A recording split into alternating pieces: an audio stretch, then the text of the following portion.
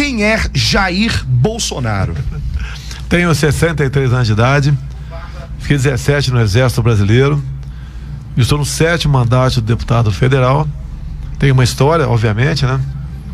E há 4 anos decidimos disputar as eleições em 2018, sem ter um partido grande, sem ter fundo partidário, grande parte da mídia contrário, mas com muita fé, esperança e levando a verdade aos 4 cantos do Brasil, podemos ser vitoriosos e o que é mais importante, enxergando governar o Brasil. Esse basicamente é um pouco de Jair Bolsonaro. E o que leva Jair Bolsonaro a protagonizar essa disputa eleitoral? Olha, eu servi o Exército por 17 anos, né? Cheguei ao posto de capitão. Eu quero servir a minha pátria como soldado agora, quem sabe estando na cadeira presidencial. Eu vejo que o Brasil tem um potencial enorme para ter um destino diferente daquele que vem se anunciando ao longo das últimas décadas, né? E esse potencial passa pelas nossas reservas minerais, terras agricultáveis, potencial turístico, biodiversidade, água potável, um povo bastante pacífico e que tem um problema pela frente, né? E a classe política que não tem dado conta do recado, até porque países como Israel, onde não tem nada, eles são um povo feliz, compõem um povo feliz. E nós que temos tudo, vivemos nessa incerteza. Então a ideia é isso aí, estar na mesa do debate político, e se essa for a intenção de metade mais um da população, a gente, se Deus quiser, estará pronto para cumprir essa missão. Agora 5h28, eu vou liberar aqui para a nossa mesa a Arthur Bolinha, Kennedy Salles. Vamos deixar aqui no ar perguntas ao Jair Bolsonaro e na volta ele responde no nosso segundo bloco. Kennedy Salles, à vontade. Candidato, eu gostaria que o senhor falasse a respeito do setor carcerário no Brasil. Poucos candidatos falam sobre esse problema, que é muito sério. A gente tem a impressão que a qualquer momento uma grande panela de pressão vai estourar nesse Brasil e causar um problema muito grande. O senhor defende, entre outras coisas, o regime de trabalhos forçados para condenados, a prisão perpétua e também a pena de morte. Quer dizer, esse tipo de situação colocada em relação ao sistema prisional do Brasil deve resolver esse problema, porque tem muita gente presa nesse país e parece que não tem resolvido. Queria que o senhor comentasse. Se prender mais, a violência diminui aqui fora, com toda certeza, né? Jair Bolsonaro responde daqui a pouquinho. Segura a pergunta. Arthur Bolinha também deixa no ar e a gente volta com a resposta do Bolsonaro. Deputado, saudar a Juliana Lemos também. Diga uma coisa, deputado, eu gostaria de saber,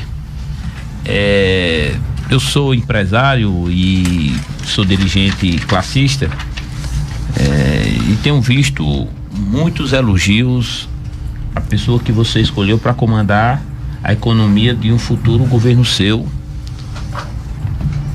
Paulo Guedes.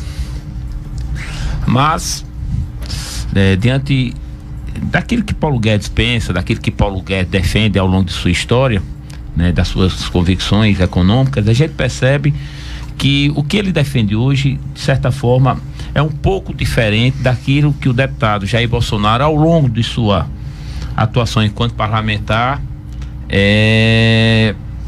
votou e defendeu a nível de Congresso Nacional. O que é que mudou para que Jair Bolsonaro pudesse buscar um economista com o perfil de Paulo Guedes, que é, inegavelmente, de uma escola e de uma leitura econômica liberal? Muito bem, tá aí, portanto, a pergunta do Arthur Bolinha, do Kennedy Salles, sistema carcerário, economia no Brasil. O Atualizando desta sexta-feira recebe Jair Messias Bolsonaro. Agora 5h30, Jair Bolsonaro, à vontade. Vamos botar as coisas aqui na realidade, né? Eu sempre defendi no passado, sim, a pena de morte, não vou negar isso daí, bem como a prisão perpétua. Nosso plano de governo, isso não constará, por quê? Como está previsto em nossa Constituição, no Brasil não haverá pena de morte, caráter perpétuo, trabalho forçado, cruéis e banimento. E isso consta lá do capítulo das cláusulas pétreas. Somente com uma nova Assembleia Nacional Constituinte se poderia tocar nesse assunto, tá ok? Então, lamentavelmente, não pode obrigar um preso a trabalhar. Vamos em frente. Sistema carcerário. Eu não acho que tem muita gente preso. Tem muita gente fazendo besteira. Até para você ser preso hoje em dia, depois do advento da audiência de custódia, aquele que comete crimes, por exemplo, de furto e roubo, dificilmente fica mais de 24 horas preso. O policial, quando prende um marginal, ele tem que, em 24 horas, ser apresentado a um juiz nessa famosa audiência de custódia. Hoje em dia, 50% desses presos em flagrante delito são postos de liberdade, inclusive muitas vezes traficantes são postos de liberdade, tá ok? Então acho que aí que é o grande problema do Brasil, não é o sistema carcerário com gente demais, né? Tá? É só não fazer besteira que não vai para lá. Agora quando se fala, vamos reformar mais presídios, não temos dinheiro, o orçamento está sendo ultimado, né, para o ano que vem, levando-se em conta as receitas e despesas obrigatórias, você está com um buraco de em torno de 120 bilhões. Eu não sei como o pessoal vai resolver esse assunto. Então seria, no meu entender, mentirosa, né? Ou sem responsabilidade quem porventura falasse que o governo iria construir presídios. E mesmo que você queira construir presídios via iniciativa privada, você tem que pagar a iniciativa privada depois para manter os caras lá dentro. Então o conselho que eu dou àqueles que por enquanto não cometeram nenhum crime, não cometam, porque o presídio, sabemos, é a antessala do inferno no Brasil. Mas eu prefiro esse elemento lá dentro, afastado da sociedade, sem cometer estupro, sequestro, mortes, etc., do que aqui fora fazendo barbaridade. Bem, vamos lá. Sobre a economia. Fala em Paulo Guedes aí. A gente evolui, né? Eu tenho certeza que talvez, né? O que o senhor fez semana passada não fizesse hoje. Talvez, com toda certeza, no mês passado, né? Eu fui sim muito estatizante no passado, votei praticamente contra todas as privatizações no Brasil, mas tem um motivo para isso, né? Quando votei contra o Plano Real, em 1994, a inflação de janeiro e fevereiro daquele ano foi de 97%. E cada categoria de servidor, basicamente, teve uma fórmula de corrigir o salário, que seria em URV, a partir de 1º de março até o final de junho. E a fórmula como foi corrigido o trabalho dos militares das Forças Armadas, eu era assim, quase que um deputado classista, não me convenceu. Eu queria semelhante aos servidores do Executivo, os carreira típica de Estado. Não tive sucesso, fui obrigado a votar contra. Agora, em 2002, eu votei pela reforma trabalhista do Fernando Henrique Cardoso. O ministro era o senhor Francisco Donelles.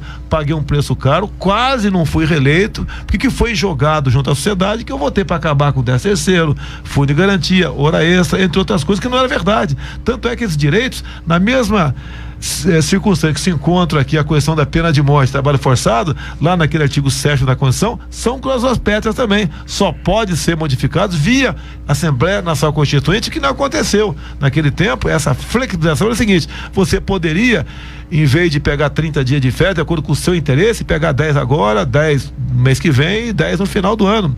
É a mesma coisa a questão de férias, né? A questão do 13º também, você poderia pedir via acordo antecipação do 13º. E a esquerda usou isso como se estivesse acabando com esses direitos. Bem, fato vencido, né? Votei favoravelmente a coisa que interessa ao liberalismo, como votei favoravelmente a questão da reforma trabalhista recentemente, que a esquerda sempre diz, tirou direitos dos trabalhadores. Agora eu te pergunto, quem está desempregado, qual direito tem? No Brasil hoje em dia, quem quer ser patrão no Brasil? Tem de vista a burocracia, o excesso de regulamentações, a infinidade de direitos, o tempo para abrir uma empresa. Então isso, conversando com o Paulo Guedes, que eu falo, nós temos que atingir isso daí, porque tem que entrar mais dinheiro no cofre sem aumentar imposto, e só destravando a economia. Por isso, o acordo, eu e ele, eu digo que hoje em dia é meu conselheiro econômico, e muitas coisas batemos, outras poucas não. Privatizações, nós temos que privatizar mais da metade dessas quase 150 empresas estatais que está aí, que eu tenho falado com ele. As estratégicas, não, ou quando muito, pensando no modelo padrão a Embraer, tá ok? Fora isso, não podemos abrir mão disso que nós temos, porque nós vamos entregar para capital não sei de quem. Quando se fala em privatização, se joga até para outros países. Eu pergunto, quando você entrega para o capital chinês, você tá privatizando ou está estatizando para um outro país, já que a economia daquele país é dessa forma, é estatizante, tá ok? Então isso nós temos conversado, buscando o meio termo para diminuir o tamanho do Estado, se bem que mesmo diminuindo, vamos ter um problema sério pela frente. Estamos com a dívida aí se aproximando a 4 trilhões de reais, o ano que vem a previsão é temos que pagar meio trilhão de juros em cargo da dívida. Não está fácil o futuro do nosso Brasil, mas eu acredito que temos uma esperança, né? de mudança com as propostas que temos discutido, algumas posso falar para vocês aqui, e caso chegue lá, botar em prática. Deputado, você falou aí numa questão que de fato é a realidade, de respeito ao profundo déficit público que o Brasil hoje apresenta. E o governo e vários economistas atribuem não só o juro da dívida é muito alto, mas também a própria Previdência. A Previdência Pública no Brasil, segundo o governo, o ano passado apresentou um déficit superior a praticamente 200 bilhões de reais. O que fazer para poder, ou qual é a sua ideia, quais são suas propostas especificamente no que diz respeito a essa questão da Previdência? Olha, que eu tenho falado, e num primeiro momento aquelas pessoas de mercado ficaram arrepiadas comigo, depois deu uma acalmada, é que estamos no mesmo barco. Não adianta você ter que reformar a Previdência. Sim, eu tenho dito por partes, a começar pela pública, tá certo? Realmente estão ali as grandes distorções, tá? São privilégios incalculáveis, a questão do teto é uma questão também. E eu tenho dito, dá para começar num primeiro momento, se o Temer, né? Eu tenho conversado com os assessores dele, não apoio o governo Temer, mas também não sou oposição radical, porque estamos no mesmo barco, como disse agora há pouco. Se nós conseguíssemos esse ano, por exemplo, que está acabando, botar um ponto final na indústria de Marajás, o que é isso? Basicamente veio das incorporações. Um exemplo, Rio de Janeiro. Você é servidor da Câmara Municipal do Rio de Janeiro e ganha 10 mil por mês. Está com cargo em comissão em 15 mil. Você ganhou lá por merecimento ou por pechada, que isso é comum acontecer em qualquer lugar do Brasil. Passa-se em média 8 anos, você incorpora aqueles 15, passa para 25. Passa mais 8, você incorpora mais 15, vai para 40. Se vai ter o abate-teto ou não sei. Muitas vezes não tem. Então acaba com as incorporações. Não pode mais incorporar cargo em comissão a salário. No apagar das luzes de 2016, o prefeito Eduardo Paes, né, fez com que essas incorporações, que existiam apenas no Legislativo, passassem a existir também no Executivo. Já teve um reflexo agora com o novo prefeito. Aumentou o IPTU para exatamente honrar folha de nativos e a folha de servidor também, que também é pesada. Outra questão, idade de aposentar o servidor. Vamos falar do homem, né?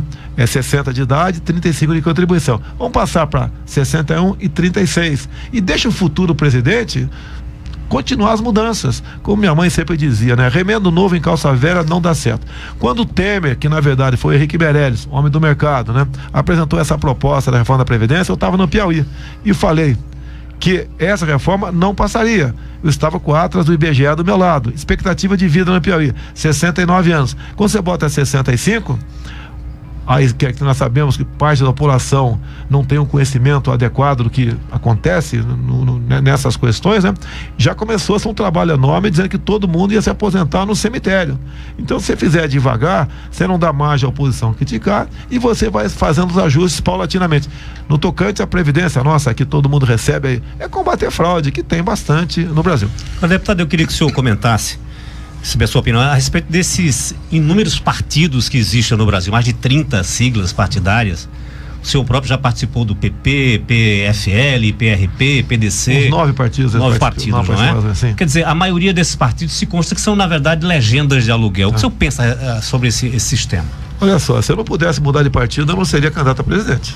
O partido que eu estava há 2 anos era o Partido Progressista, né? O partido que infelizmente sempre negociou seu tempo de televisão com quem tem chance de se eleger. Tanto é que o PP apoiou o PT 2 vezes, 2 mandatos do Lula, e apoiou a Dilma Rousseff também. Então, e outra coisa, né? Em 4 oportunidades o meu partido fundiu-se com outro. Então não é justo falar que eu abandonei o PDC lá atrás. Ele fundiu-se com o PP, que nasceu o PPB. Agora, você tem razão.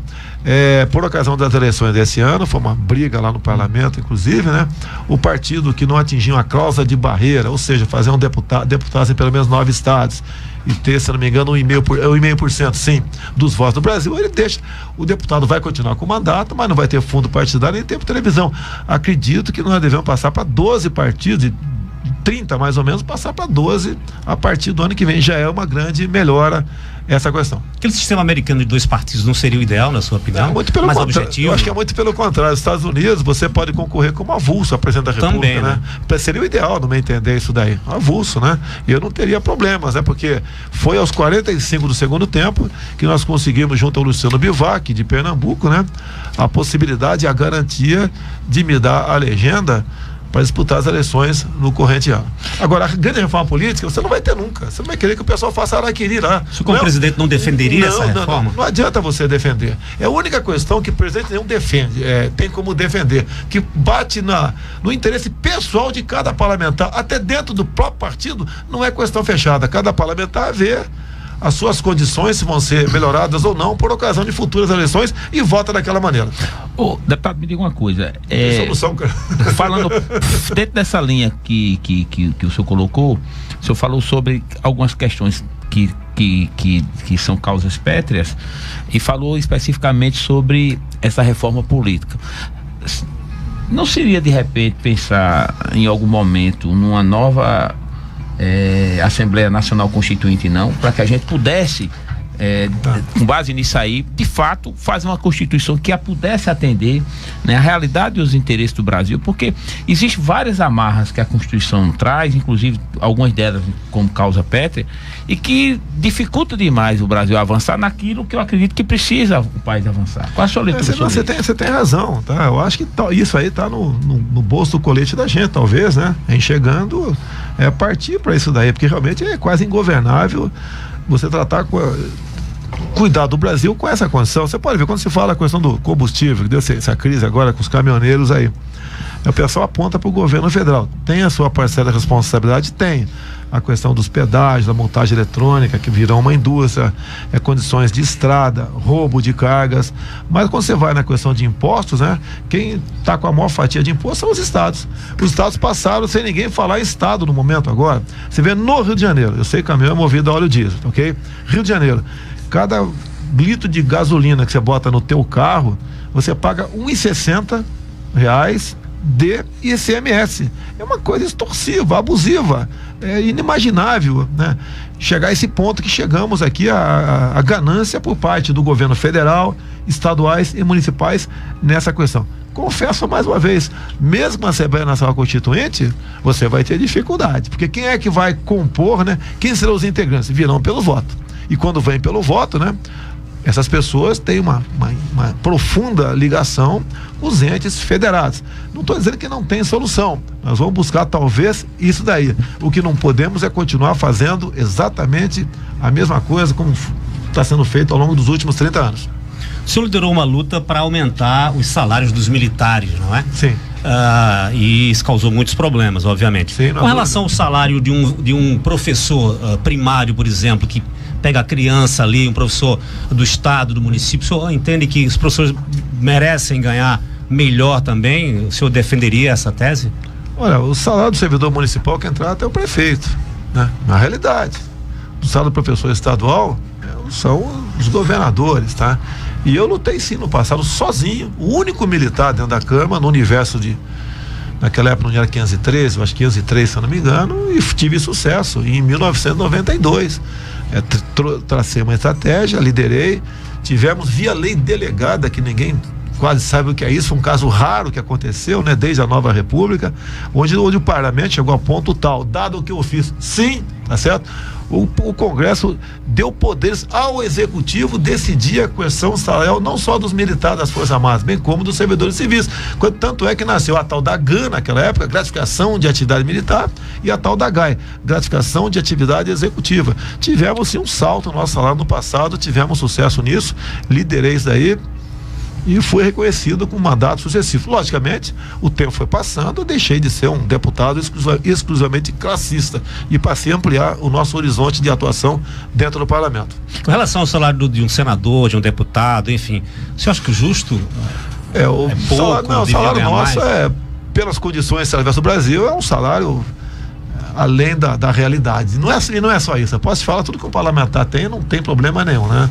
Faço parte, em grande parte, faço uso disso também. Nós temos uma verba de gabinete de mais ou menos R$90 mil para você contratar de 6 a 25 funcionários. Você tem uma cota, no passado eu gastei metade disso daí, achei mais do que suficiente. Se fizer uma análise comparativa com demais parlamentares, eu estou entre os 5 ali que menos gastam no tocante. Isso não é agora, porque sou pré-candidato. Sempre sempre foi assim. Tem muita gordura para ser queimada. Isso passa pela mesa diretora da Câmara, não passa por qualquer decisão ou vontade de um presidente da República. Isso é privativo nosso. Com muitas coisas, é privativa dentro do Poder Judiciário. É difícil realmente você, com o que você tem, pregar austeridade e dizer que devemos apertar o cinto. Tanto é que a minha proposta, né, que estará em grande parte, constará obviamente o nosso projeto de governo, visa realmente não trazer nenhum sacrifício mais para o povo. Ninguém aguenta mais sacrifício no Brasil. Deputado, você colocou mais de uma vez aí que você iniciou naturalmente e provavelmente foi eleito a primeira vez representando uma classe, os militares, carreira que você atuou durante 17 anos. O serviço público, de um modo geral, no Brasil, inclusive o próprio Paulo Guedes já vinha em alguma oportunidade ele falando isso, existe na leitura dele muitos privilégios. Sim. Né? E também se questiona muito a questão da estabilidade do servidor, da forma que hoje é aplicada. Né? O servidor, muitas vezes, ele encara o concurso público, quando ele passa daquela fase probatória, quase como uma aposentadoria, muitos dele. O que fazer para tentar modificar um pouco, né, cortando esses privilégios, como naturalmente criar um mecanismo onde pudesse não flexibilizar a estabilidade, mas fazer com que houvesse um acompanhamento maior por parte do ente público de seus servidores, já vista que há uma reclamação quase que generalizada da população da qualidade ou da baixa qualidade do serviço público no país. Tendo em vista a estabilidade, né? E você não tem mecanismo para mandar embora o péssimo servidor. O que fazer para mudar? Você tem que mexer na Constituição. Isso com toda certeza nós vamos tratar desse assunto, porque isso aí não vai resolver o problema de uma hora para outra. Ok? Porque você tem que ter, como disse, mecanismos mais ágeis de poder o mau funcionário que existe, até no meio militar existe, qualquer lugar existe, né? Botar ele na rua. Agora, os entes federados têm que ter um cuidado enorme no tocante a abrir novos concursos. Porque quem abre novo concurso tem lá o funcionário efetivado, mas quem vai pagar aquela conta altíssima, né? Daqui a 30, 35, 40 anos, quem o suceder. Então, buscar maneira de você tirar privilégios, e a estabilidade em algumas áreas, sim, é um privilégio que tem que ser combatido. Bom, agora 5h56, deixar aqui algumas perguntas no ar e na volta, na nossa segunda hora do programa, terceiro bloco, Jair Bolsonaro responde. Queria saber com relação à educação, o que é que o Bolsonaro pensa sobre a federalização do ensino no país, de todo o ensino, básico, médio, como forma de garantir a igualdade do ensino para todas as crianças no nosso país. Ainda sobre a imprensa, o Bolsonaro tem dito que é perseguido pela imprensa. Queria saber como acontece essa perseguição e, diante disso, qual a proposta para a regulamentação da imprensa e a obrigatoriedade do diploma de jornalista. No Atualizando de hoje, recebemos Jair Bolsonaro, Arthur Bolinha, empresário, presidente da Câmara Municipal de Dirigentes Lojistas, o jornalista Kennedy Salles e Julian Lemos, pré-candidato a deputado aqui na Paraíba também, representando o projeto Bolsonaro aqui na Paraíba. Deputado federal Julian Lemos. Que nós temos aqui um pré-candidato estadual, Arthur Bolinha. Trazer aqui, na medida do possível, a interação dos nossos web espectadores aqui na live do Facebook. São inúmeras as mensagens aqui. A hashtag Bolsonaro 2018. Tem Pamela Bório, tá aqui também, é pré-candidata também a deputada. Registrar, agradecer a deputada estadual, o publicitário Lucas Salles está por aqui também, agradecer a presença dos demais amigos que acompanham o pré-candidato Jair Bolsonaro aqui no estúdio. São várias as mensagens aqui, registrar a interação, a audiência, o Wellington Fernandes, Rian Gurjão, Luciane Santos, Jonatas Santos, o Novin Xavier, o Igor Felipe também, Adalto Macedo, a Aldo Pereira, Vandenberg, Diógenes, Renato Ferreira. A gente agradece a interação e as mensagens aqui de todos. Eu recebi uma mensagem agora, Cleber, dizendo que a live está sendo travada em função da quantidade de acesso. Pois é. O Julian Lemos está travando aqui o tal de Jair Bolsonaro. Efeito Jair Bolsonaro. 5h59. Bolinha, olha, eu vou dizer, e é seu concorrente, viu? É o cabo que mais vende, não, a marca dele vende mais camisa do que a sua no Brasil hoje, viu? Concorrente direto. Enquanto esse cara na rua à noite, eu dou 15 tiros nele. Léo Montanha. Se encontra com um cara desse na rua à noite, eu dou 15 tiros nele. Jair Bolsonaro, a gente deixou algumas perguntas no finalzinho do nosso último bloco, com relação à imprensa. Bolsonaro tem dito que é perseguido pela imprensa. Fala pra gente como é essa perseguição e quais as propostas para a regulamentação da imprensa brasileira. Não, primeiro não tem que regulamentar a imprensa, não. O governo tem que sair fora desse trem, deixa a imprensa à vontade. Ela tem que ser responsável, né? Você pode ver, já me falaram que eu estou na capa da Veja de novo, sobre o que eu fiz em 1986. Tudo bem, não tem problema, vamos rememorar. Seu passado lhe condena, não? Não, de jeito nenhum. Nunca fui condenado em lugar nenhum, né? Fui absolvido de tudo até o presente momento.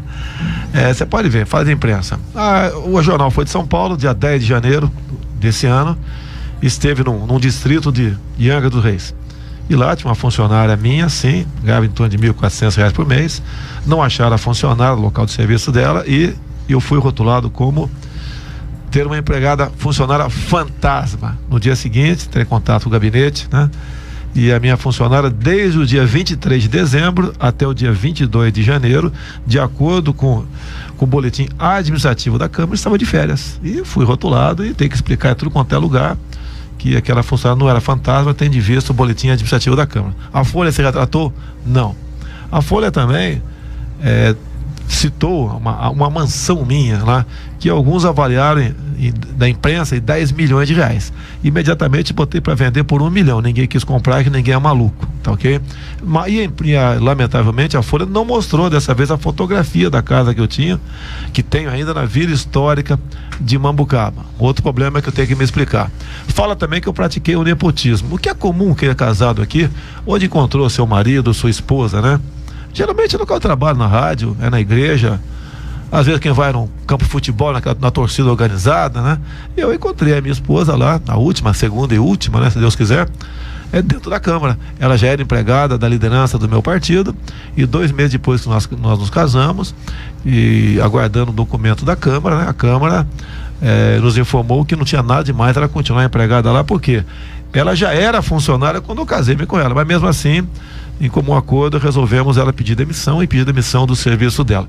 E a Folha me trata como ter praticado um nepotismo. Se bem que, né, essa questão não teria problema nenhum. A Folha também bateu muito em mim a questão de auxílio moradia. Nas normas internas da Câmara, auxílio moradia, tem três fatos distintos para o auxílio moradia. Você ocupa um apartamento funcional e não recebe auxílio moradia. Você ocupa uma casa alugada, um hotel, e até um limite de R$6 mil paga para você. E a terceira hipótese, que é a que eu optei, você não presta conta de nada e você recebe auxílio moradia, ser descontado 27,5% do imposto de renda. Fui massacrado pela Folha de São Paulo como tivesse praticando algo ilegal. Ilegal não é, senão terem processado, que o Ministério Público não deixa nada passar em branco no tocante a mim. Isso é perseguição ou não? No meu entender, não há a menor dúvida que é. E quando a Folha faz a matéria dessa, geralmente nas demais partes de outros jornais e revistas, isso é replicado e fica um ônus para cima da gente, né? É bastante complicado de você se explicar. Deputado, eu sou também pré-candidato, desta vez a deputado estadual. E uma das grandes preocupações que eu tenho enquanto pré-candidato a nível de Paraíba, a nível Nordeste, é a necessidade da interiorização do desenvolvimento econômico da nossa região. Você percebe uma concentração muito grande de investimento a nível das capitais ou das grandes cidades, em detrimento das cidades médias e pequenas do Nordeste brasileiro. Eu vou muito pela minha própria atividade ao sul do Brasil e vou especificamente muito ao estado de Santa Catarina, que eu reputo um dos estados que tem um dos melhores modelos de desenvolvimento econômico do país. Você tem uma distribuição ao longo do território daquele estado, em praticamente todas as cidades você tem uma atividade econômica muito forte. Qual é o seu pensamento em relação a isso? Como é que o governo federal, no eventual governo seu, vai tratar essa questão da necessidade da interiorização desses investimentos, para que a gente possa melhorar os indicadores, inclusive indicadores do que diz respeito à violência, porque há uma relação de certa forma, né? Quando existe a questão da agricultura, é natural você expandir por todo o estado, né? Mas na parte mais industrial, geralmente as indústrias são colocadas perto dos locais de consumo ou próximos a vias, né, para exportação. Então isso aí você não tem como descobrir, inventar uma realidade diferente da que está aí. Daí você entra na questão das guerras fiscais. Você quer montar uma empresa aqui, você vai pagar tanto, por exemplo, de impostos, né? E que o município lá do outro lado, o mais longe um pouco, quase zero isso daí. Então você faz opção por lá, mas você leva em conta também a questão do centro consumidor e vias de acesso. Você não tem como melhorar essa questão aí. O governo, sempre digo, tem que atrapalhar nada de preferência, né? Ou interferir o menos possível. E o mercado se ajusta nessa situação. Agora, Jair, eu queria que você falasse um pouco a respeito dos teus planos para o Nordeste. Que você está aqui falando para Campina Grande, seguramente no programa de maior audiência do horário, extremamente bem ouvido. E a gente teve a transposição de águas do Rio São Francisco, que nos salvou do colapso total da falta d'água aqui. Quer dizer, desde o dia 4 de abril, essa água não está chegando mais. O Temer foi lá, inaugurou, fez uma festa, Lula também teve lá, inaugurou e também fez uma festa, mas a verdade é que a obra está parada. Qual a tua ideia em relação à água para esse povo que tanto precisa? Pelo que eu sei, a parte feita pelo Exército não deu problema.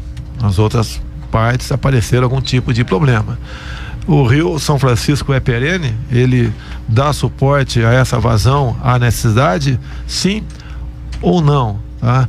E o que eu tenho falado, né? A gente não pretende fazer nenhuma obra nova, vamos simplesmente terminar as velhas. Uns outros já defendem uma transposição vindo do norte para cá. É possível ou não?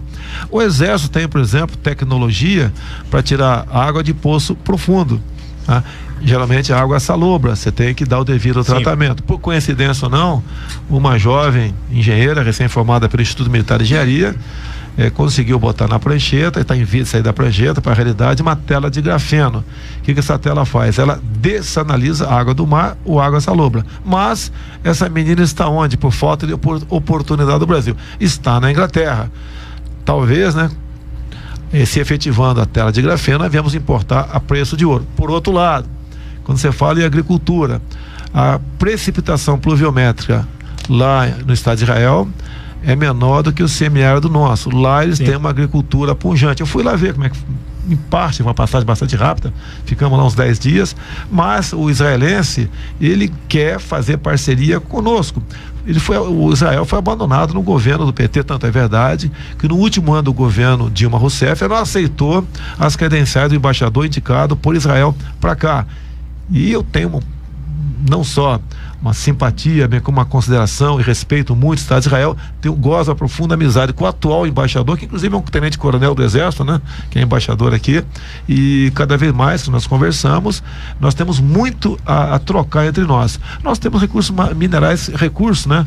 Que o mundo não tem quase. Israel tem tecnologia em abundância. Então esses casamentos visando parcerias, dá para você trazer para cá. Eu tenho certeza que seriam soluções definitivas, se não paliativas. Quando você fala em falta d'água, né? Caminhões-pipa. Isso é um custo de aproximadamente 1 bilhão por ano. Você pode reduzir isso dando água de forma permanente para a população.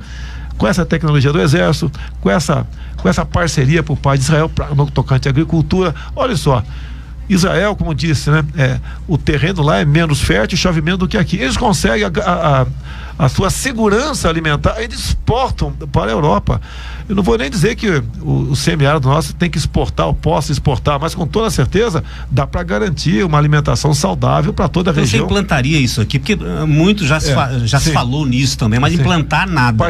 E outra coisa, você falou que a obra tocada pelo Exército foi totalmente concluída. Não tive notícia de problema naquele pedaço então seria lá. Uma ideia sua no eventual governo colocar o Exército para fazer as grandes obras do Brasil? Tenho falado que teremos muitos militares, né? Ministros. Sim. Exatamente para não ter, para quem não quer achar que não deve ter, vote no outro. Não tem Empreiteiras. Eu vou para a praia dia 1º de janeiro. Eu pretendo ser presidente da República, mas se não for possível, eu vou para a praia tomar minha água de coco lá.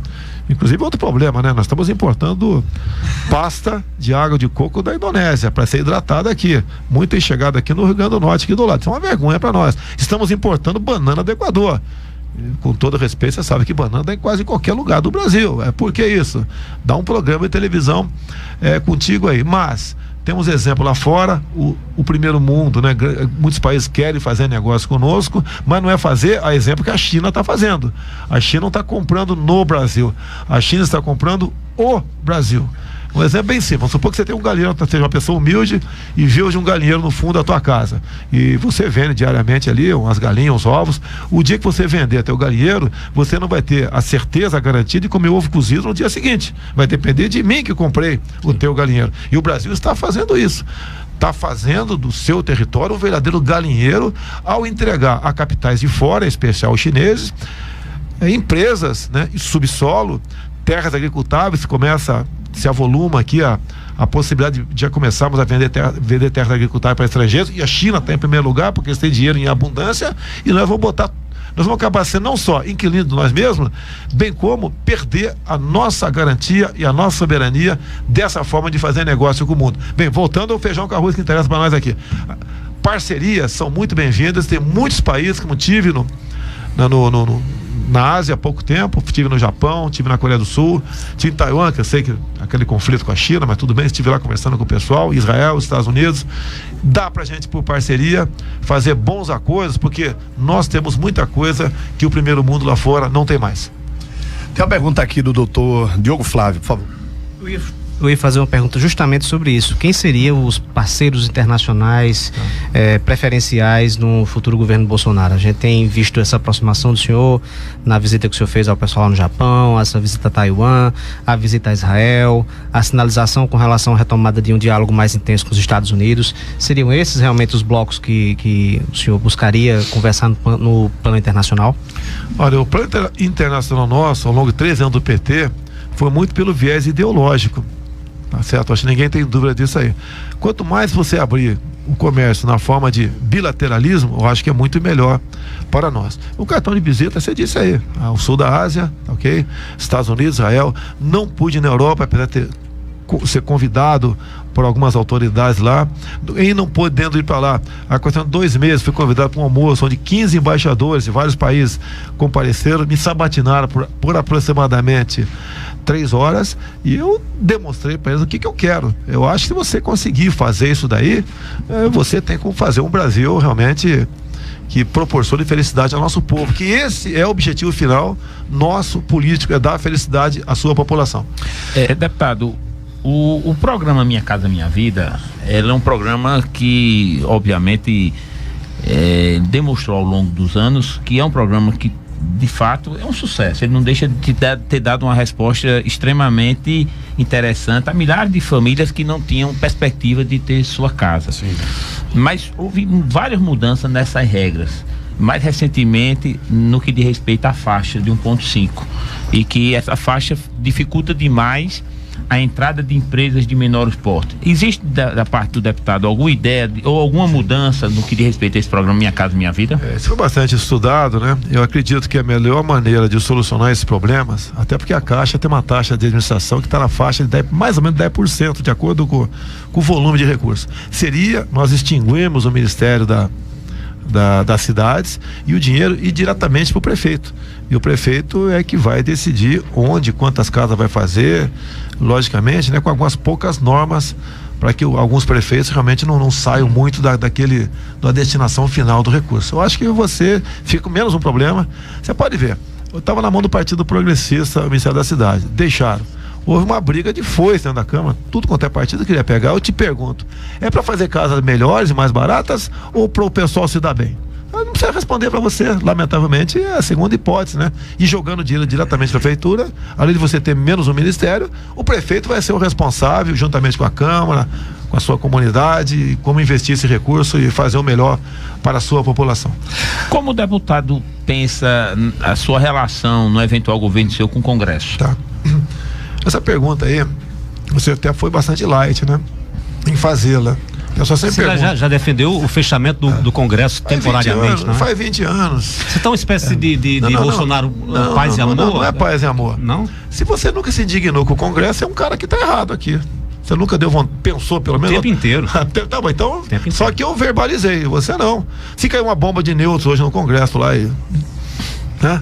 Se não o japonesinho lá de Coreia, como diz Jair Bolsonaro, jogar uma bomba, eu acho que ninguém vai chorar aqui, tá? É uma realidade que o povo brasileiro quer falar e o político não fala. Eu tenho imunidade para falar. Tá? Já falei isso há 20 anos. Sim. Vou fechar esse trem, não sei o quê. Já falei em fuzilar 30 mil corruptos, FHC também. Você pode ver, agora apareceram. Estão aparecendo. Você votou em Lula também, não é? Vamos cada vez? Cada dia com sua agonia. O Fernando Henrique Cardoso, quando ele privatizou a Vale do Rio Doce da forma como ele fez, foi um crime de lesa pátria. Você vê esse patrimônio enorme indo embora, você não sabe nem para onde está indo, né? Qual país, basicamente a China, que está indo embora. E você pode ver, muitas vezes isso que vai embora vai com impureza. A impureza é ouro, é prata, né? É isso tudo. Nós não podemos fazer aquilo que fizemos daquela forma. Quem tem essa riqueza minerais, você tem que agregar valor a isso aí, ou botar o preço que realmente compense para você, porque há uma necessidade de outra ponta da linha. Eu dou um exemplo muito simples, né? O nióbio. Praticamente só o Brasil que tem 98% mais ou menos da reserva são aqui no Brasil. Você não pode simplesmente deixar que se exporte aquilo via Vale do Rio Doce ou outra empresa qualquer a custo de banana. E temos 3 pontos de incidente de nióbio no Brasil: Araxá, Minas Gerais, sim, região de 6 Lagos não explorada, e uma região explorada também em Catalão, Goiás. O Brasil está em fase final de entregar por concessão Catalão para outros chineses. Isso não é justo fazer isso aí. O que é pior, nós não pesquisamos o nióbio. O nióbio está sendo usado em tubos, né, para dutos, como a China acabou de fazer um duto de 9 mil quilômetros da Sibéria, cortando toda a Europa. E qual a vantagem desses tubos feitos de liga, ferro, nióbio? Dificilmente ele trinca, ele é mais resistente e tem flexibilidade, suporta e melhora a questão de acomodações do solo. Então não temos problema com esses dutos. E mais ainda, por ser mais resistente, transporta o dobro de gás da mesma bitola de um tubo de aço comum. O Japão já está usando nas estruturas metálicas essa liga de ferro nióbio, porque é mais resistente, resiste melhor os abalos sísmicos.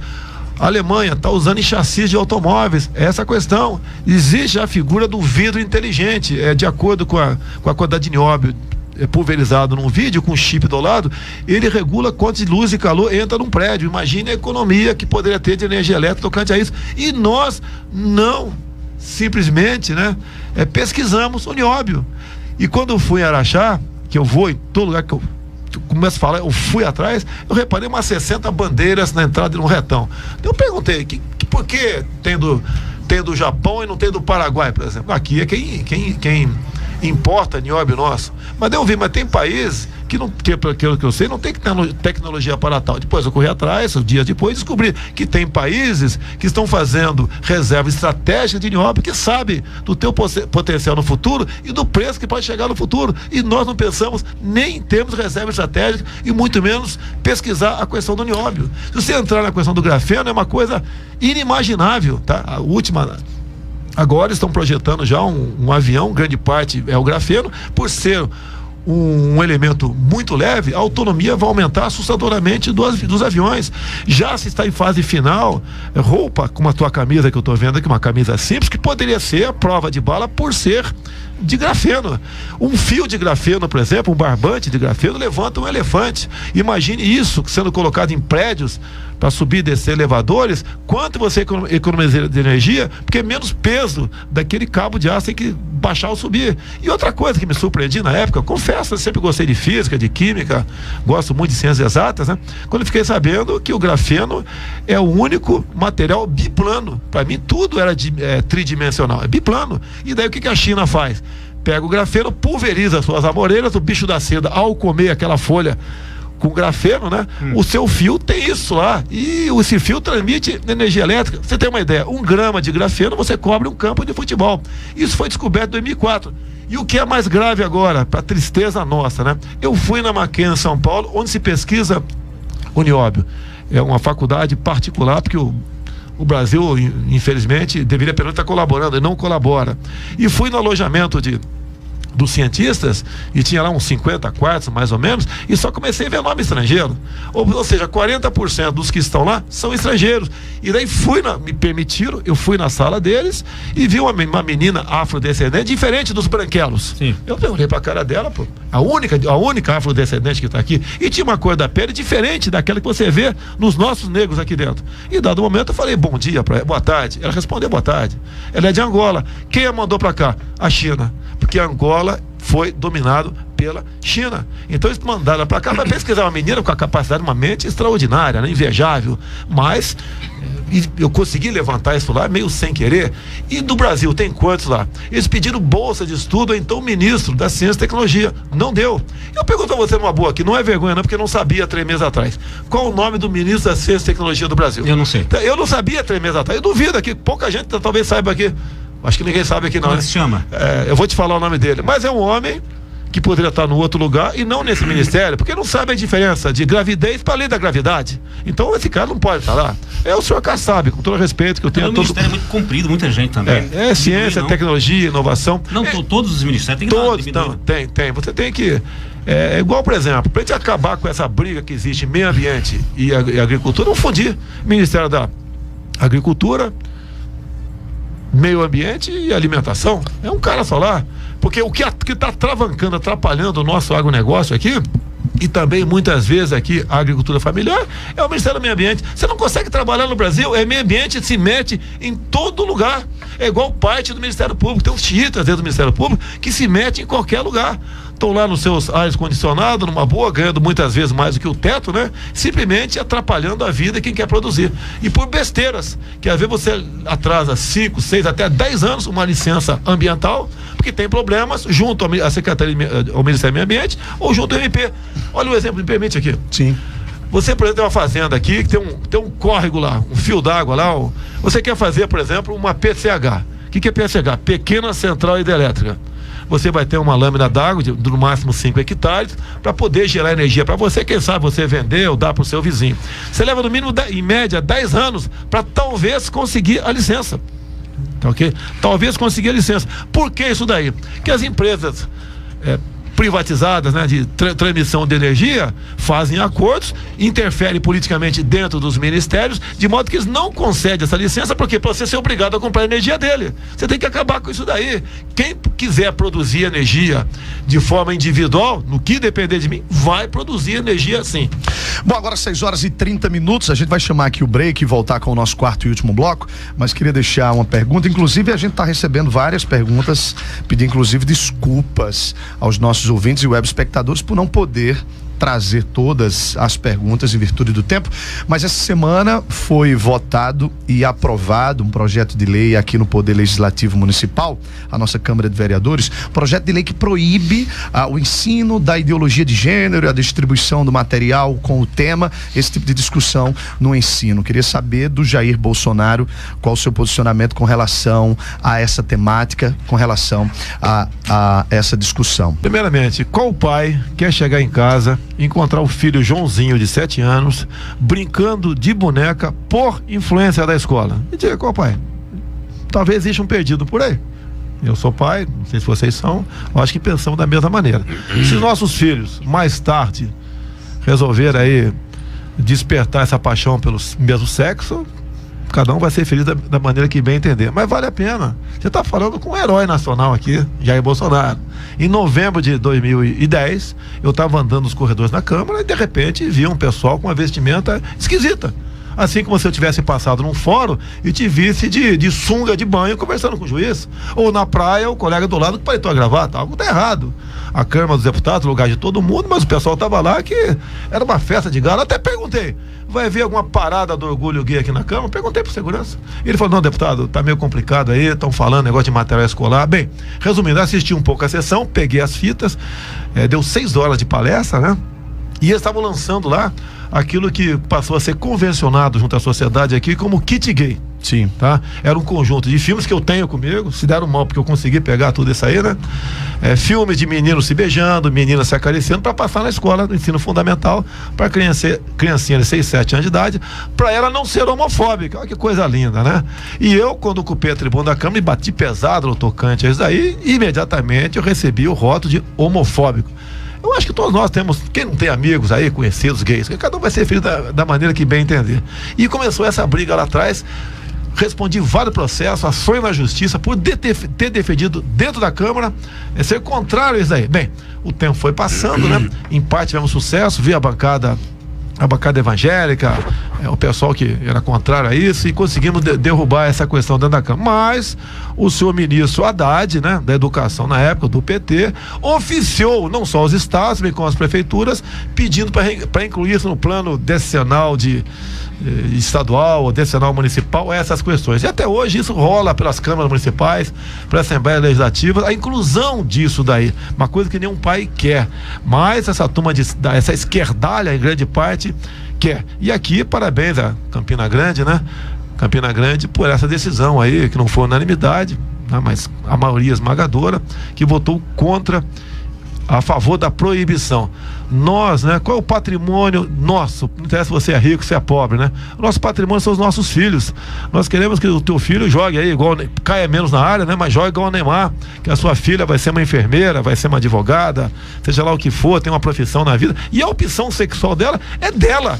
Eu até pergunto a você, tu sabe se de vez em quando eu sou gay ou não? Olha pra minha cara. Então não sabe. Então, isso tem que ser. Eu também não sei se tu é. Eu não boto a mão no fogo por ninguém. Eu também não boto com você também. Então essa é uma realidade. Agora não podemos botar isso como uma coisa, tem que ser colocado na escola. Inclusive, você está estimulando precocemente a criança para o sexo. Se você dá isso, mostra isso em sala de aula. Filme, como por exemplo, Probabilidade, né? Que é um menino namorando com o outro. Vale a pena assistir esse filme, tá no YouTube, se eu não me engano aí. Você vai chegar no intervalo, vai ver o Joãozinho de 7 anos namorando o Pedrinho de 8. E não pode fazer nada. Inclusive, nós conseguimos derrotar no Senado, que na Câmara passou, um tal do PLC 122, que criminalizava a questão de você e ser contra esse tipo de coisas. Lá estava escrito, por exemplo, o padre ou o pastor que não realizasse um casamento homo, ele pegaria 3 a 5 anos de cadeia inafiançável. Até num debate uma vez num programa da Luciana Gimenez, tinha um homem lá, 2 homens, para mim é 2 homens, um branco e um negro, por coincidência, não sei porquê, mas era um branco e um negro. E eu perguntei pros dois, né? Qual dos dois é a menina aí, tá certo? Daí quase fizeram pancada em mim. E eles pegaram, se abraçaram, que são 2 homens que se amam. E ato contínuo eu perguntei, né? Já que um tinha a Bíblia na mão, se intitulava pastor. Nessa Bíblia tem o livro de Romanos. Agora eu pegava pesado também, porque para defender criança em sala de aula, defender que um filho, né, uma filha se apaixone para outra pessoa do mesmo sexo por influência da escola, você tem que pegar pesado mesmo tocante a isso daí.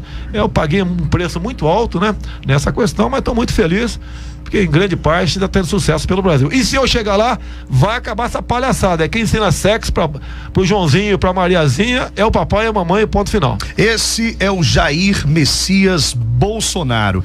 Tem mais uma pergunta aqui, a Larissa, ela pergunta o seguinte: como vai ser o seu governo do ponto de vista da economia? Se você vai usar políticas liberais para aquecer a economia, afinal, é o que se espera, já que essas são as medidas necessárias e existentes em países desenvolvidos. Países que deram certo, né?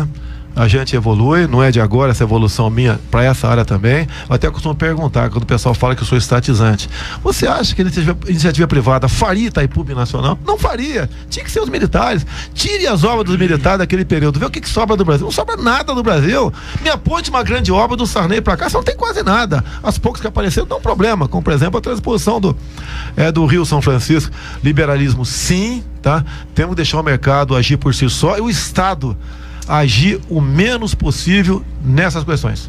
O negócio deputado, da relação dele com o Congresso, né? 2 questões reavivando. O que é que você pensa em relação à reforma tributária do país? O Brasil tem uma carga tributária extremamente alta, né? Ela é alta, desigual, ela tributa a produção, ela é cumulativa. O que é que o deputado pensa com relação a essa questão? E eu gostaria que você colocasse também como é que o deputado, uma vez eleito presidente, pensa em se relacionar com o Congresso, porque a chamada governabilidade, o governo de coalizão, ou governabilidade de coalizão, tem apresentado o resultado que a Lava Jato tem nos trazido. Como é que você pensa em construir um ambiente e um apoio político para que pudesse Jair Bolsonaro avançar na reforma e naquilo que ele pretende implementar enquanto plano de governo? Pergunta inclusive do Mirabu Amado. Prezado Amado, vamos lá. Olha, o único que apresenta uma proposta diferente do Tomar lá da cá sou eu. O resto todo mundo diz que a governabilidade é isso. De acordo com o tamanho da bancada, ele tem direito a uma fatia, né, maior ou menor, de ministérios. de estatais, diretorias de bancos oficiais. Isso leva à ineficiência do Estado e à corrupção. Vem pensando nisso, já vem trabalhando há algum tempo nessa área. Temos um grupo de aproximadamente 60 deputados federais que querem participar dessa governabilidade de forma diferente, tá? Que é a que eu tenho proposto, apresentar as pessoas certas para os ministérios, não botar no Ministério de Ciência e Tecnologia alguém que não saiba a diferença de gravidade para gravidez, tá? Então, e esse número está crescendo, e mais deve crescer também, no meu entender, porque novos parlamentares chegarão em Brasília o ano que vem. Então, a governabilidade seria, então, dessa forma, né? Que hoje em dia eu chamo de roubabilidade. O meu ex-partido, meu penúltimo ex-partido, o PP, tem uns 30 nomes que foram indicados, foram lá para o Supremo Tribunal Federal por ter participado daquela festa na Petrobras. Inclusive, você pega, olha só como é que é a situação no Brasil. Você pega áudios do então doleiro Alberto Youssef, primeiro ele disse que 3 deputados não pegaram dinheiro lá. Um, ele cita meu nome, né? Agora, os outros, ele disse que tinha entre aqueles gente que pegava por mês 250 mil reais. Olha o palavrão que eu vou falar aqui. Perdeu-se a noção do direito de roubar. Ok? O cara parece que ele quer botar 50 lagostas na mesa e não uma ou duas. Então, essa forma que nós estamos propondo agora, individualmente, né, no varejo, conversar com o parlamentar, eu acredito que seja uma boa fórmula. Por outro, fortalecer a nossa querida Polícia Federal, porque vai ser quem vai estar de butuca, né? Vai ser o plantão da hora para ver se ninguém faz besteira ali naquela área, porque para muitos parece que tá no sangue você fazer besteira. Você vê uma coisa que eu acho que eu falei agora há pouco aqui, estão criando uma CPI do Lava Jato para botar lá no banco dos réus lá, dos investigados lá, o Sérgio Moro, o Ministério Público, policiais federais e por aí afora. É o nosso Brasil, é o retrato que tá aí. Imagine, alguém já se colocou no meu lugar aí para ver se chegar lá, se é motivo para comemorar ou para chorar, mas alguém tem que começar a fazer alguma coisa, e se essa for a vontade de Deus, a gente vai em frente aí e vamos cumprir a missão. Agora, Jair, projetos sociais como Bolsa Família, por exemplo, o que você pensa? Se vai acabar, vai aumentar, vai melhorar? Não, você não pode aumentar, né? Porque você está comprovando que o projeto deu errado. Os bons projetos sociais, você conta quantas pessoas saem dele, não os que entram, né? A senhora Dilma Rousseff, por ocasião dos debates de 2014, falou que 56 milhões de pessoas, em torno de 14 milhões de famílias, viviam disso. Nós sabemos que tem muita fraude aí. Até por ocasião das últimas eleições, um pouco mais de 200 mil pessoas doaram para a campanha do PT e eram beneficiárias do Bolsa Família. Você tem que atacar a fraude. Aquela senhora, aquele senhor, tá, que recebe Bolsa Família e tem problemas, fique tranquilo, só uma pessoa desumana poderia mexer num programa como esse. Tem que deixar ganhando, porque caso contrário, eles ficaram abaixo da linha da miséria, e não queremos sofrimento para ninguém do Brasil. São nossos irmãos, e não é no Nordeste apenas não, tem gente que precisa e está lá no Rio Grande do Sul, está no Centro-Oeste e recebe Bolsa Família também. 6h47. E com relação à reforma tributária? Olha só, todo mundo concorda, desde que você não mexa nos entes por exemplo, os estados, municípios e União. Você bota um bom projeto, né? Como o deputado Luiz Carlos Rolle está fazendo um bom projeto dessa reforma tributária. Eu concordo, eu acho que aquele caminho dele, inclusive com IVA, sim, eu acho que seria o caminho mais apropriado com a realidade nossa. Eu falei para ele, pelo amor de Deus, vai botar para votar esse ano, né? Vamos botar para quebrar meu galho ano que vem, pô. Tá, ok, se eu chegar lá, ou quebrar o galho de quem quer que chegue. E sempre é aquela briga, né? O Estado fala, vou perder um pouquinho ali, não quero. Ou União, vou perder, não quero. E você não tem como resolver por cima o negócio, porque dizem os economistas, tem um tal de Laffer, né, conhecido como curva de Laffer. Depois de um certo percentual de imposto, quanto mais você aumenta, menos você arrecada, porque vem a sonegação. É natural, o cara chega a um ponto e fala assim, se eu não sonegar, quebra. E agora tem outros problemas pela frente, tal do refis, o refinanciamento. Então muita gente não paga o imposto, porque sabe que vai ter o refinanciamento lá na frente. É outro problema que você tem. Não é fácil. Não são fáceis esses problemas para serem resolvidos. Não existe coisa fácil no Brasil. Agora eu acho, deputado, que existem dois aspectos que terminam alimentando a necessidade do Estado brasileiro de recursos. E esses recursos sempre são infinitos. Exatamente, são o excesso de privilégio, né? E muita corrupção, né? Atacando esses dois aspectos, privilégios, e aí em todos os poderes, poder executivo, poder legislativo, poder judiciário, essa questão do duodécimo, que eu acho que é outra excrescência. O que é que o presidente da República pode pensar em relação a essa questão? Você tem que combater privilégio, tá? Mas você pode ver, os grupos corporativistas têm um poder enorme dentro da Câmara e do Senado. Né? Você tem que se aproximar do Supremo Tribunal Federal e ver se o próprio Supremo, né, pode julgar inconstitucional alguma emenda aprovada no passado, que existe, ok? Algumas leis, porque por vezes, caso você precise do parlamento, você não pode ser que você não tenha força para isso. Afinal de contas, todo deputado, todo sem exceção, tem ligações com os funcionários do Legislativo dentro da Câmara e dentro do Senado. Agora, eu acredito que dá para você suprimir alguns privilégios, sim, até para você não só dar exemplo, né, bem como mostrar para o povo que você quer, que você não vive no mundo à parte, que é o nosso mundo legislativo, ou até mesmo que é pior, com todo respeito, é pior, o mundo do poder judiciário. Esse é pior ainda porque ele é imexível, imovível, tá? Aquilo que o Antônio Magri falou no passado, né? E tem que buscar uma maneira, tá? Agora você tem que procurar esses outros poderes, porque nós somos independentes. Não adianta eu dar uma pancada na mesa e falar, vou resolver. Não vai. Tá? Como diz a minha equipe econômica muitas vezes. Eu falo, a proposta é maravilhosa, mas não vai passar no filtro chamado Câmara e Senado. Vamos por parte, vamos tacar por aqui, vamos evitar que a sangria aumente, né? Vamos estancar essa hemorragia e buscar soluções devagar para os problemas. Caso contrário, nós não resolveremos. E o que é pior? Pela falta de entendimento, mais cedo ou mais tarde, não vai demorar muito, o Brasil vai quebrar. 6h50, 6 horas mais 50 minutos. Eu queria fazer só uma pergunta agora, rapidinho. Como é que está as tratativas com relação a uma aliança, uma coligação de Jair Bolsonaro? Haja vista que a gente tem percebido que até então, pelo menos não tem sido noticiado pela grande imprensa, o partido do qual você vai disputar a presidência da República, o PSL, conseguiu ainda firmar nenhum tipo de aliança. Como é que está esse caminho de aliança com relação a outros partidos? A aliança nossa é individualmente, né? Nenhum partido até o momento quis conversar conosco, porque a imprensa noticiou há 2 dias que um pré-candidato lá do PSDB de São Paulo já procurou o PSB, oferecendo secretarias, né, no atual estado de São Paulo, para que o partido desista de lançar seu candidato e apoie o senhor Geraldo Alckmin, para não ter dúvida aqui. Então nós não vamos partir para esse tipo de negociação. Nós estamos namorando há algum tempo o Magno Malta para ser o nosso vice. Então a minha tratativa é com o Magno Malta, não é com o PR, que é o partido dele. Se for possível, tudo bem. Agora não comprometeremos a governabilidade com indicações políticas, porque isso daí eu prefiro perder a eleição e cuidar da minha vida, ok? Do que ganhar e ficar refém desses grupos corporativistas que agem com lideranças sindicais dentro do parlamento. Agora 6h52, Bolsonaro. O Enéas fala, meu nome é Enéas. Se eu falar, o meu tempo é metade do Enéas. Meu nome é Bolso, tá o suficiente. Tá resolvido o assunto. Não dá nem para terminar o complemento. Olha, deixa eu registrar aqui a audiência. A gente recebe inúmeras mensagens, registrar a audiência no Facebook, tanto quanto no YouTube.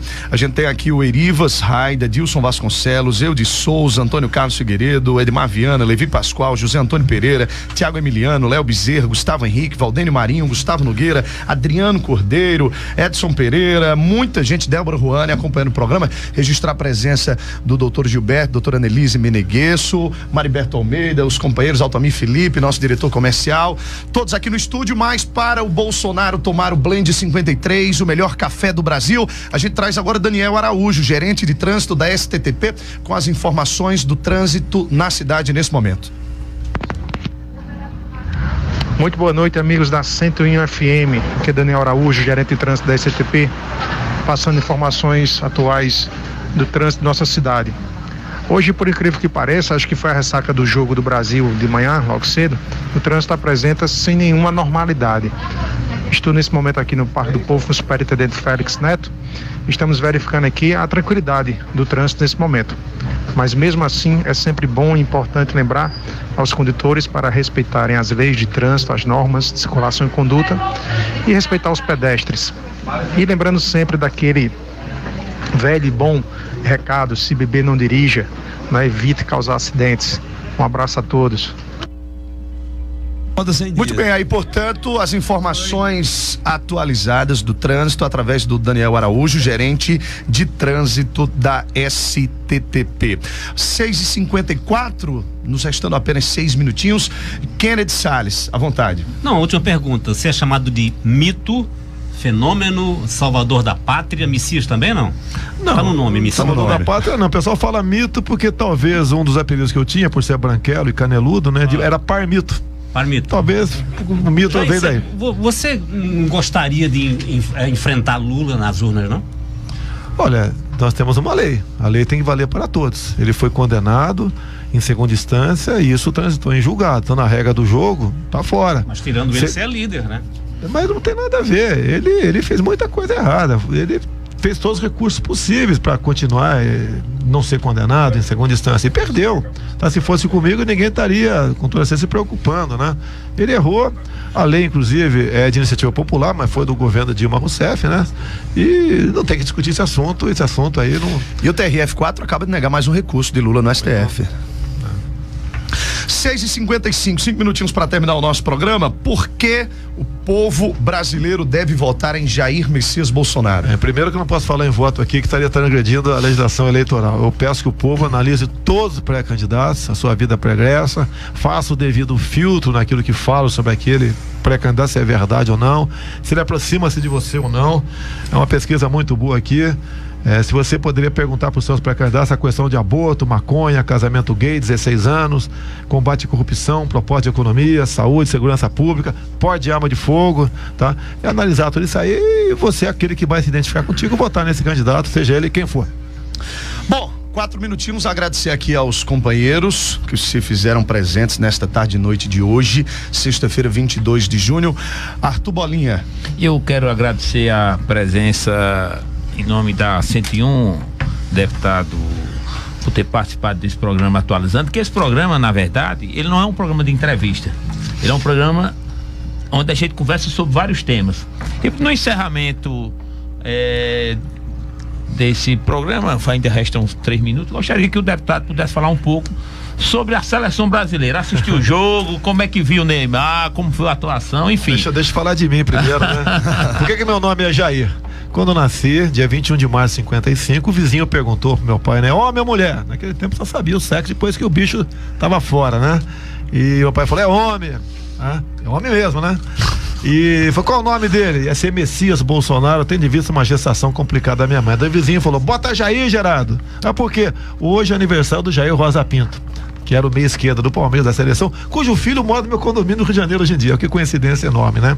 Sempre fui apaixonado por futebol, torci pela seleção, apesar de saber que tem muita coisa importante no Brasil para ser visto, né? Assisti, sofri como todo mundo ali, tá ok? E felizmente deu certo o resultado, porque o nosso povo tem tantos poucos momentos de felicidade, né? Acho que rapidamente acabar com esse momento seria triste demais. E acredito na seleção. O Neymar estava num caicai terrível, acho que ele aprendeu depois do segundo jogo, difícil, né? Os 2 gols foi na prorrogação, não? Foi nos acréscimos ali, tá ok? Então eu sou um torcedor, sempre fui um baita de um peladeiro. Eu jogava, depois do expediente, 2 horas de pelado no quartel, tá ok? E esse esporte nos une. São Paulo, né? Sou paulista. Torce pra quem lá? Eu sou porco lá. Tu sabe Palmeiras. Parmeira. Lá no Rio eu adotei o Botafogo, porque como político você tem que adotar um time. Eu não posso falar nenhum. Eu não poderia ser Vasco em Flamengo, ia ter problema o tempo todo. E o Botafogo sempre foi. Hoje não, depois que eu entrei pra lá, passou a ser um time médio, né? Então eu adotei o nosso querido Fogão aí. Julian Lemos, obrigado pela participação. Agradeço a todos mais uma vez, é uma honra estar aqui com vocês. Dizer, viu, Bolinha, que eu sou muito bem tratado aqui, eu estou ficando mal acostumado. E dizer que só fazer aqui uma exortação aqui à sociedade brasileira, aos campinenses, que valorizem sobretudo a oportunidade única de mudar os destinos da nossa nação daqui a pouco mais do que 90 dias. É muito importante, muita gente acha que não, mas desde a energia, só não o ar que você respira, tudo passa pela política. E o preço da gente tá passando o que está passando agora é de não termos homens de bem à frente dos nossos destinos. A política é uma conversa muito chata, a gente foge disso, mas não é a política, são os corruptos que tomam conta dela. Então, nomes de verdade não vão faltar. Não é época de política, mas é época de conscientização para que a gente possa promover as mudanças profundas no nosso país. Obrigado, Julian Lemos, Kennedy Salles, vamos nessa, obrigado pela participação. Obrigado, boa noite, um abraço. Me permite aí, Brasil acima de tudo, Deus acima de todos. Jair Messias Bolsonaro, obrigado pela sua participação aqui. Programação hoje à noite, vai dar um pulo no Parque do Povo, conhecer o maior São João do mundo. Quem sabe aí, né? Vamos embora. O que tem de bom lá, Júnior? Fala pra gente aí. Tem muita tudo coisa, pode imaginar. Tudo pode se imaginar lá. Vamos lá. Somos casados, hein, Júnior? É verdade. Mas não tem preconceito não, né? Tem preconceito? Respectiva esposa aí, tá? Muito bem. Olha ele se entregando aí, o Júlio Lemos se entregando aí.